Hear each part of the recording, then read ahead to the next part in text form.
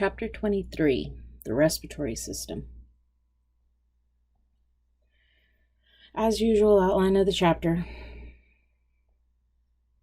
So the functions of the respiratory system. One of the things that you have to keep in mind is, and we talked about this way back in chapter 9 when you were in AP1, every cell in your body has to be able to make ATP because that's the fuel that our body uses to move things and to get energy. So all living cells in your body need, of course, oxygen, and they produce carbon dioxide as a result. So this should be O2 and CO2, just so you're aware. And although the respiratory system assists in gas exchange, it does other things. I think most people, when they think of functions of the respiratory system, automatically kick to breathing, which is part of what our respiratory system does, but there are also other things. So, of course, the number one thing is going to be gas exchange. It allows blood to pick up oxygen from the external environment and release CO2 waste back into the environment. Then the cardiovascular system transports it. You have to remember that your respiratory system literally has your nose, your pharynx, your larynx, your trachea, these bronchioles, and the lungs, and that's it. I have a way of getting air from here to there, and that's it. So my cardiovascular system actually has to pick up and drop off for me. Once I get waste back from the body, then I'm allowed basically to breathe out, which allows me to dump CO2 out into the environment. Now, something else that it does, it regulates the pH of the blood. CO2 levels in the blood can alter your blood's pH. CO2, in as much as it is a waste product, as I stated up here in function 1, we can take advantage of the fact that it's there and we can use it to make a buffer.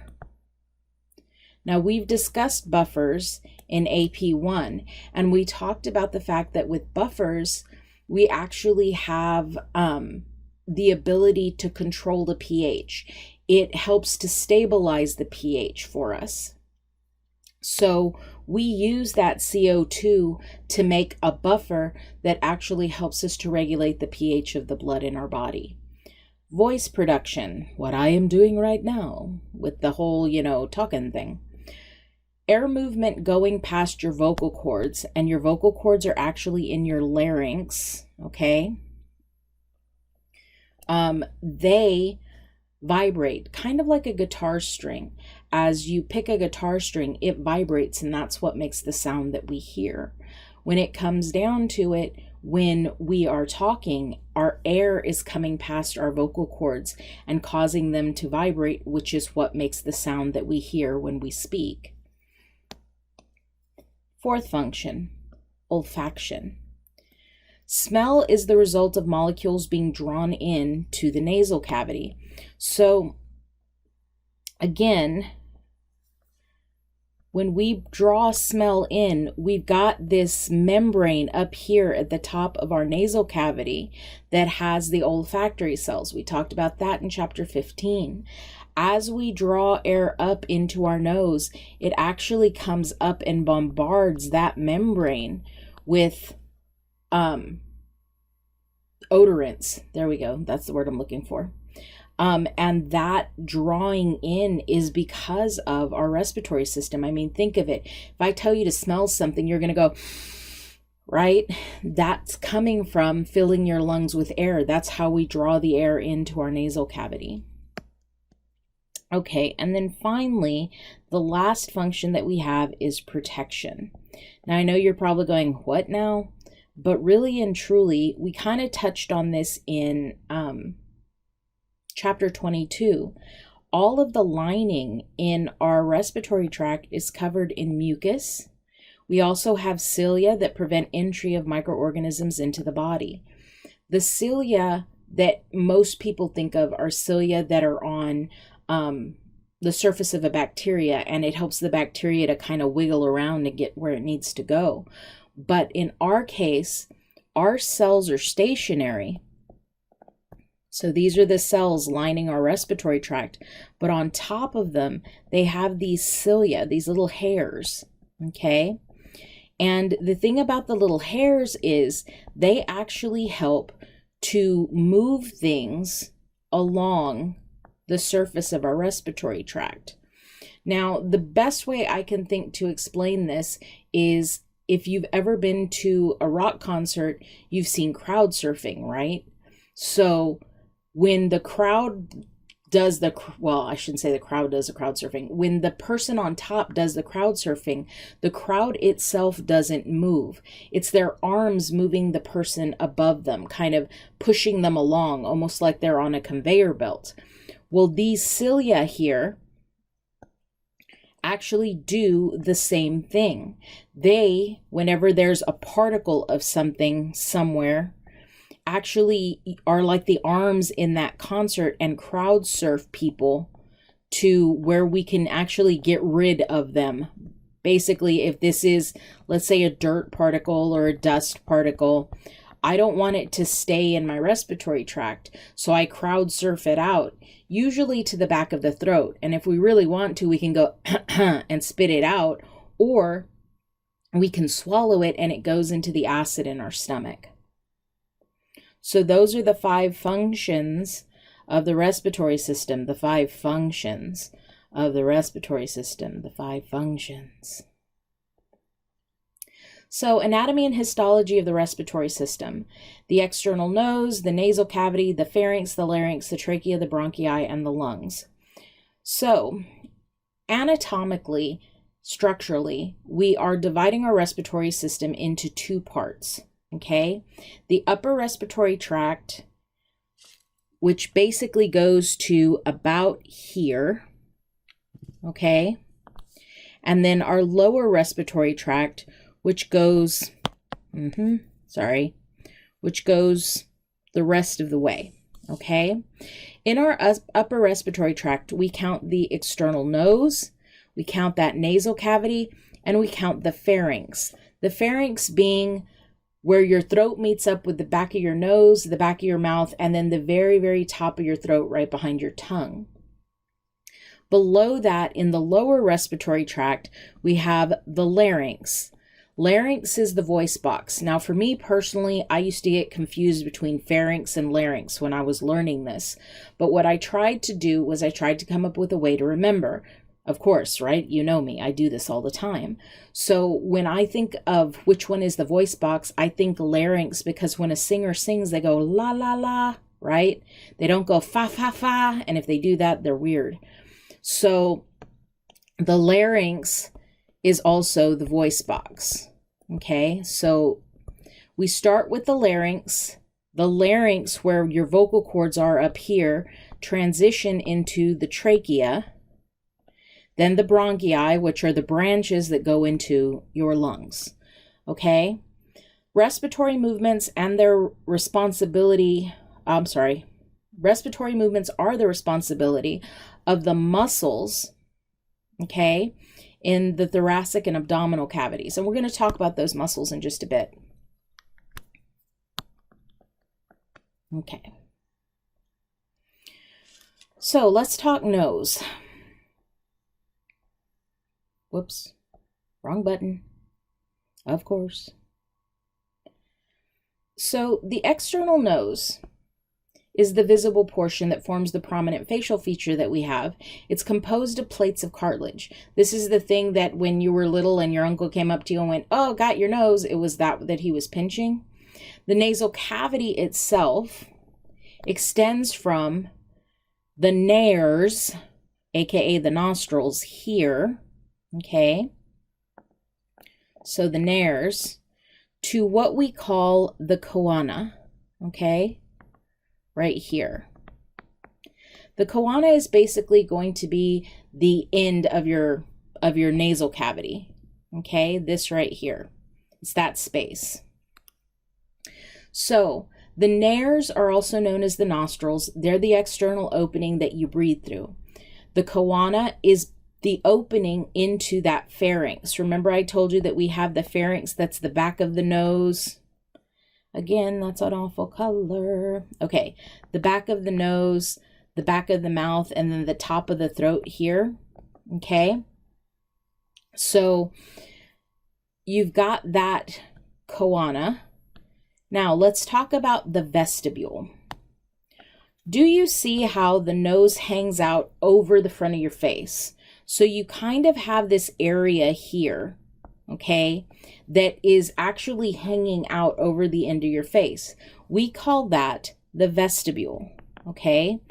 Vestibule is a fancy way of saying entrance. If you own a mansion, you'll talk about walking into the vestibule of the house. Yeah, I don't own a mansion, so you walk in the front door in mine. But the vestibule is just kind of the entrance. And since this hangs out in front of your face, we say that that's the entrance. Internally, you have this hard palate. The hard palate technically is going to be the floor of your nasal cavity, but the roof of your mouth, okay? And then in between your two nostrils, you actually have, so I usually point this out. So here's my nose, right, from the front with my two nostrils. Yes?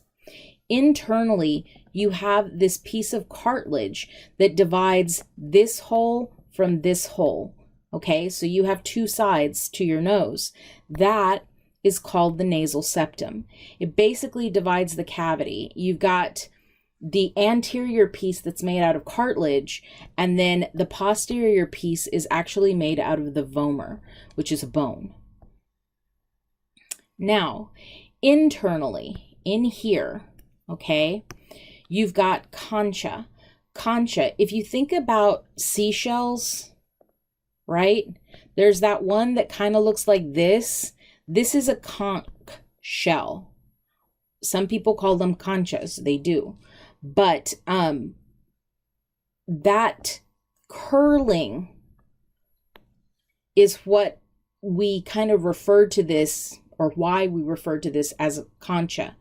If you look again in the picture, in the figure, you'll notice that I've got these ridges here. See them? These are the concha. Okay? You've got a superior, a middle, or and an inferior concha. All right? I'll explain in a minute why we have them. Beneath them, you've got these passageways called meatus. Again, if you look at the picture up close, see those little folds here? Okay, they're under those ridges that I'm talking about. So the meatus, again, you've got a superior, a middle, and an inferior. These two up here have drainage holes to the sinuses. You know, when your sinuses are clogged up, the reason they're not draining is because that drain that normally exists is so swollen, it seals off. And then down here under this last meatus, you actually have your tear duct, your nasal lacrimal duct. You know how I told you guys when you cry your nose runs? This is where that's draining to. Okay, now why do we have these? When we are breathing air in, okay, again, that's an awful color. When we are breathing air in, one of the things that we want to do is we want to filter it. Well, if you're just breathing plain old air into your lungs, it goes in like a tube, and all you're really cleaning is this outer surface. However, if I breathe the air in and it catches one of these meatus, it actually causes the air to spin. If the air is spinning, it actually gets cleaned a lot better as it goes past the mucous membranes in here and the cilia and everything else. As well as that, it heats the air and it moisturizes the air. Okay, why? Because I'm bringing something that's relatively dry into the very wet environment of my lungs. If I keep breathing dry air over and over, eventually it would dry out my lungs. By doing this, it actually helps to kind of, okay, I'm not breathing in, 100% dry air. Now, as far as the heat goes, I don't know how many of you have ever been to like a seriously cold place. I lived in Cleveland, Ohio for 3 years. There were days where it was 17 below zero. When it comes down to it, when you breathe air in that is that cold, it hurts. It hurts a lot. So having a way to warm air as it comes into your body is beneficial for that very reason. So the functions of the nasal cavity, these are the things that we've been talking about. 1, it's a passageway for air. Really and truly, this is supposed to be how we breathe. Do we always? No. Why? Because we get stuffy noses. But it is the passageway that air is supposed to take to come into our body. 2, remember that swirling air I was talking about? It cleans the air. Not only do we have mucus lining this nasal cavity, but we've got those concha to help the air to spin. 3, it humidifies and it warms the air. Again, same thing. If it's spinning the air, it's putting it up against the sides of your nasal cavity. Have you ever noticed that even if you have a sharp booger, you tend to get a nosebleed? One of the reasons that is because literally the blood is right underneath that area, that nasal cavity lining. Why? Because it helps to heat the air. The moisturizing, again, helps. It prevents damage. For people that go from living at 100% humidity in Kingsville, Texas, to moving to somewhere that's a very dry environment, let's say like New Mexico or Las Vegas, they tend to get nosebleeds quite often. And one of the reasons why is because their nose is drying out so badly because their body has gotten used to being in 100% humidity. It is the sensory organ for smell. Up here is our olfactory epithelium. And when we breathe things in, odorants specifically, and they dissolve in that mucus, they get to that olfactory epithelium so that we can smell. It's a resonating chamber for speech. So if you were talking and all of a sudden you hold your nose and then you let go of your nose, you'll notice that there is a difference in the way that your voice sounds. And one of the reasons is because this chamber up here is actually resonating your vocal speech. It's actually, that sound is getting bounced around in that nasal cavity, as well as your paranasal sinuses. So the pharynx, again, here's the back of my nose, here's the back of my mouth. This is the nasopharynx, this is the oropharynx, and then right before you reach the larynx is the laryngopharynx, okay? It's a crossroad, pretty much. It's a crossroads between your respiratory system and your digestive system.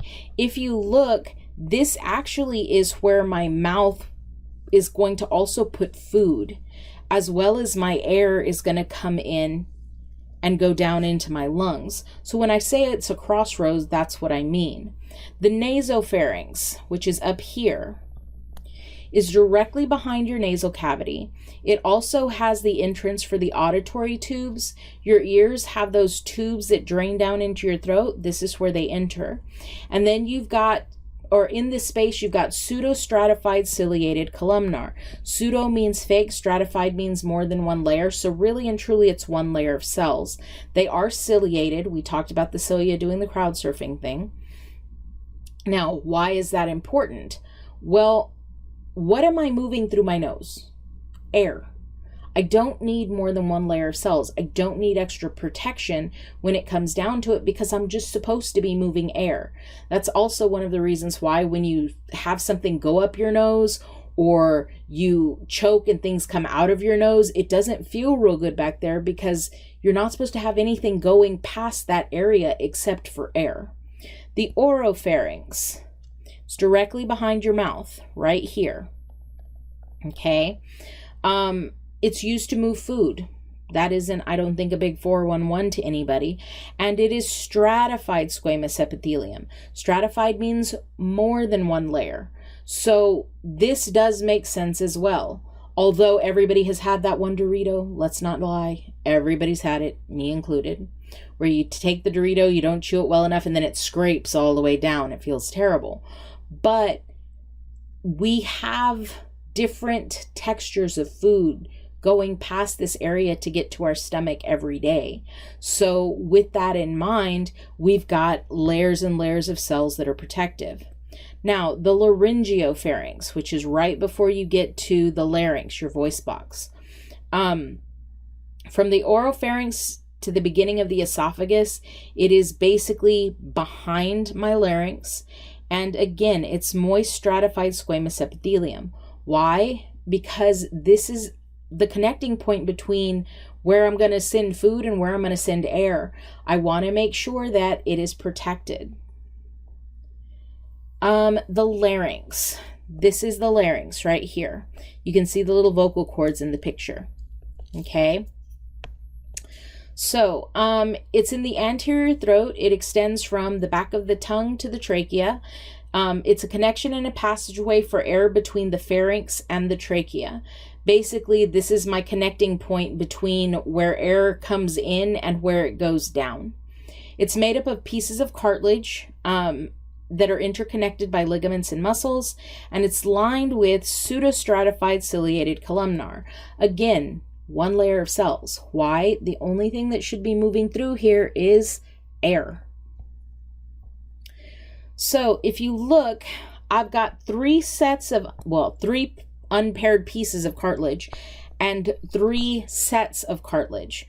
The thyroid cartilage, this is from the front. This is you looking head on at somebody. This picture is as if you were looking at the back of their head. This one is actually as if you were looking from somebody after you cut them in half down the middle. So you're looking to their shoulder after they've been cut in half, which sounds gross, but just go with me on it because that's the picture. We have the thyroid cartilage here. See this big, huge chunk of cartilage? You can actually see it wrapping around from the back, and from the side, you can see it here, okay? The thyroid cartilage is what makes the Adam's apple in men. Women don't have an Adam's apple. If you have an Adam's apple, there is something really wrong. One of my middle school teachers thought she had an Adam's apple and turned out she had cancer. So just FYI, just so you're aware. Another piece of cartilage that we have is the cricoid cartilage. The cricoid cartilage actually makes the base of our larynx. Okay, this is like the bottom piece of cartilage. So we've got the thyroid, we've got the cricoid, and then we've got this big flap right here called the epiglottis. Okay, you can see it from the front, you can see it from the back, you can see it from the side. When you swallow food, this actually folds over, folds back, folds back to cover up this tube, this breathing tube, so that hopefully food doesn't go into your esophagus. Now you may be asking yourself, well, then why do we choke? One of the reasons why we choke is because we try and talk and eat at the same time. And when we talk at the same time that we're trying to eat, this thing is flapping up and down because we're trying to move air. So when it flaps up and we take a breath and there's food in our mouth, it can actually go directly here because we've opened up the blockade that normally protects us from that happening. Now the paired pieces of cartilage. We've got the arytenoid cartilage, the corniculate cartilage, and the cuneiform cartilage. Hello. Okay. Excuse me. The arytenoid cartilage, right here. See these little things right here? You can see it there from the side, from medially. These actually help to hold the vocal cords in place. You can see the vocal cords right here. The corniculate cartilage, to me, look like little cat ears. They're up here. And then you've got the cuneiform cartilage. That's actually a piece of cartilage stuck in the ligaments up here. So, the arytenoid cartilage connects with the back top of the cricoid. The corniculate connects with the top tip of the arytenoid. And then the cuneiform is within the muscles of that membrane right here. Okay. Mucous membrane in the anterior to the corniculate. Now, the ligaments. You've got two pairs of ligaments that extend from the anterior of the arytenoid to the posterior of the thyroid. There is one of them. There is the other. Okay? They're covered in stratified squamous epithelium. The superior is covered with a mucous membrane. We call this the vestibular folds or the false vocal cords. In this picture, it's these things on the outside here. Okay. The inferior set, this set down here, okay, which you can see in white here, is covered by a mucous membrane. These are the vocal cords, vocal folds, or the true vocal cords. When these guys vibrate together and air is going past them, this is what makes the sound that we hear when somebody's talking. It is possible to actually close the vocal folds. And when we do that, we basically call it the glottis. You can hear when somebody does this because there's a slight clicking sound when they're doing it. I don't know that you'll be able to hear it on here, but I'm going to try. Hear that click? That's me closing those off.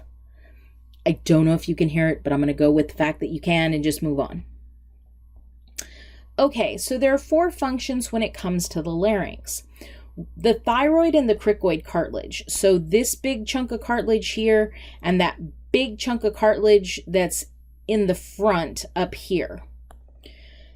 They're solid enough to maintain an open airway. When you're breathing, you're changing pressure inside of that tube quite a bit. I always talk about going to Whataburger and getting a chocolate milkshake and then trying to use the Whataburger straw to suck that chocolate milkshake up. And you, as hard as you can, and you can't get it to come up, and eventually the straw will collapse in on itself. What you've done is you've created a vacuum. You've sucked the air out of the straw, and since nothing is taking its place, the straw collapses. Well, if we're talking about breathing and having sticky mucus inside of our respiratory system, we really don't want that tube to collapse, period, because sticky mucus is going to make it stick. So what do? I put framework at the top. Cartilage isn't bone, I will admit that, but it is strong enough that if it's put under pressure, it'll hold its shape. Now, we just talked about this, that epiglottis helps to fold down while we're swallowing, trying to prevent food from entering our air passage. As well, that glottis movement of our vocal cords can actually close off the tubing. Air movement past the vocal folds is the primary means by which we actually produce sound. If you've got vocal folds and you got air moving past them, it will create sound, just like a vibrating guitar string. As well, we have ciliated cells that produce mucus and trap as well as move debris out of our respiratory system. This is not a big 411. We've been talking about this since basically slide 3 or 2. Okay, so the trachea. This is the trachea. Okay, it's a membranous tube attached to the larynx.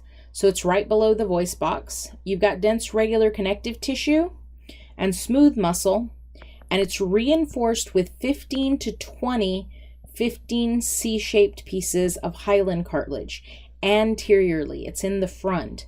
So basically, if this is, I'm going to draw that on the white of that picture. Hang on. If this is your trachea, okay, the cartilage kind of looks like this. It's not a complete circle. It's a C-shaped piece of cartilage that is in front of, well, in the front of your body. It's in the anterior portion of your body. You can actually see those C-shaped pieces of cartilage here. Why do I have this exposed? Well, one, I do want to be able to change the shape of that trachea. If I need to cough and basically expel something out of my trachea, I want to be able to shrink the size of this hole so that hopefully I can make the air move faster and get that thing gone. The other thing that we have that isn't in this picture is right back here is our esophagus. And normally when we aren't eating, that esophagus is like a deflated animal balloon, like the animal balloons, those balloons that are long and just tube-like. It's deflated when we're not eating. The only time it really opens up is when we're swallowing food. Well, when I swallow food, if I've got this thing and normally it looks like a deflated balloon like this, and all of a sudden it starts to expand to accommodate the fact that I'm eating something, I need to have room to go this direction. If this is solid cartilage all the way around, I'm going to have an issue. I'm not going to be able to do that. So what do? Well, I make it so that the back can actually kind of fold in and get out of the way while this tube up here or back here is expanding.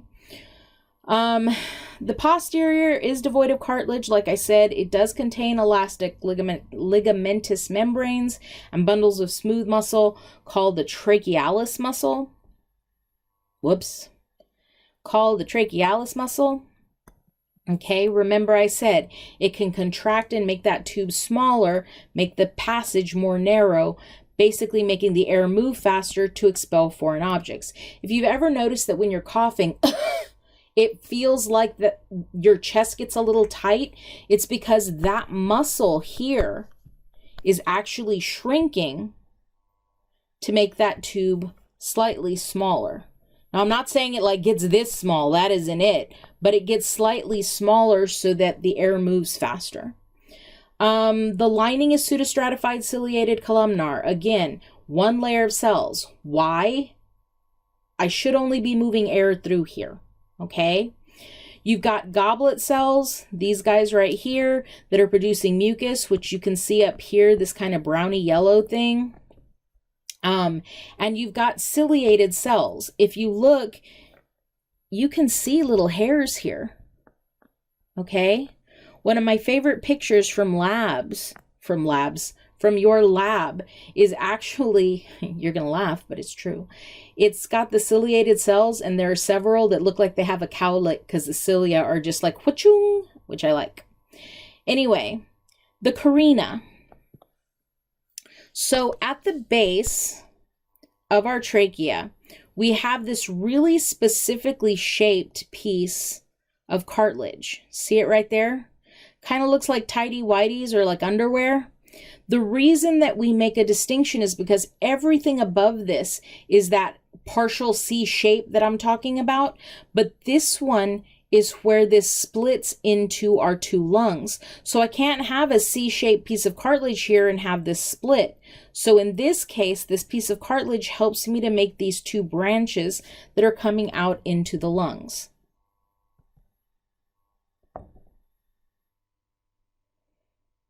So the tracheal bronchial tree, if you take this picture and turn it upside down, it looks like a trunk with branches coming off of it. Okay, so that's one of the reasons why we call it the tracheobronchial tree. The first set of branches coming off are the primary branches, and you can see that I've still got ring-shaped pieces of cartilage here. When they branch again, the secondary branches coming off of that primary branch, you'll notice that the cartilage changes more to plates. It's not the rings anymore. And then you've got the tertiary branching off of that secondary branch. And again, you still see plates of cartilage, but not rings of cartilage. The secondary branches, okay, or bronchi, you actually have 3 going into the right lung and 2 going into the left lung. Primary reason being your right lung actually has 3 lobes, your left only has 2. Phone going off, sorry.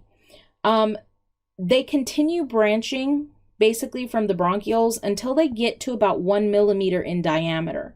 The bronchioles will subdivide into even smaller terminal bronchioles, and pretty much you have about 16 sets of divisions to go from the largest primary bronchiole to the smallest. The composition, like I said, of the bronchi changes. The trachea and the primary have the rings. The secondary has the plates with smooth muscle, forming a layer between them and the mucous membrane. Terminal bronchioles have no cartilage at all and a prominent smooth muscle layer that can affect breathing. Asthma.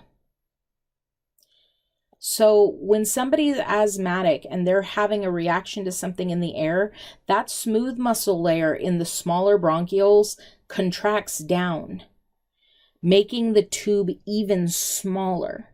So imagine going from having a straw from Whataburger to having a coffee stirrer straw, and imagine trying to move air through either one. Which one's going to be easier? Bigger Whataburger straw, right? So when an asthmatic has an asthma attack, this smooth muscle layer is contracting down and making that tube really small. When that tube gets so teeny tiny, it basically cuts off their breathing. Rescue inhalers are actually going to be muscle relaxers. And the hope is that you get it in your lungs long enough to make this guy release its contraction so you can breathe again. That's one of the reasons why when they have rescue inhalers, they're supposed to and hold their breath, because it's supposed to let it sit in there, hopefully long enough to get the medication to those muscles so that they'll relax and they'll be able to breathe.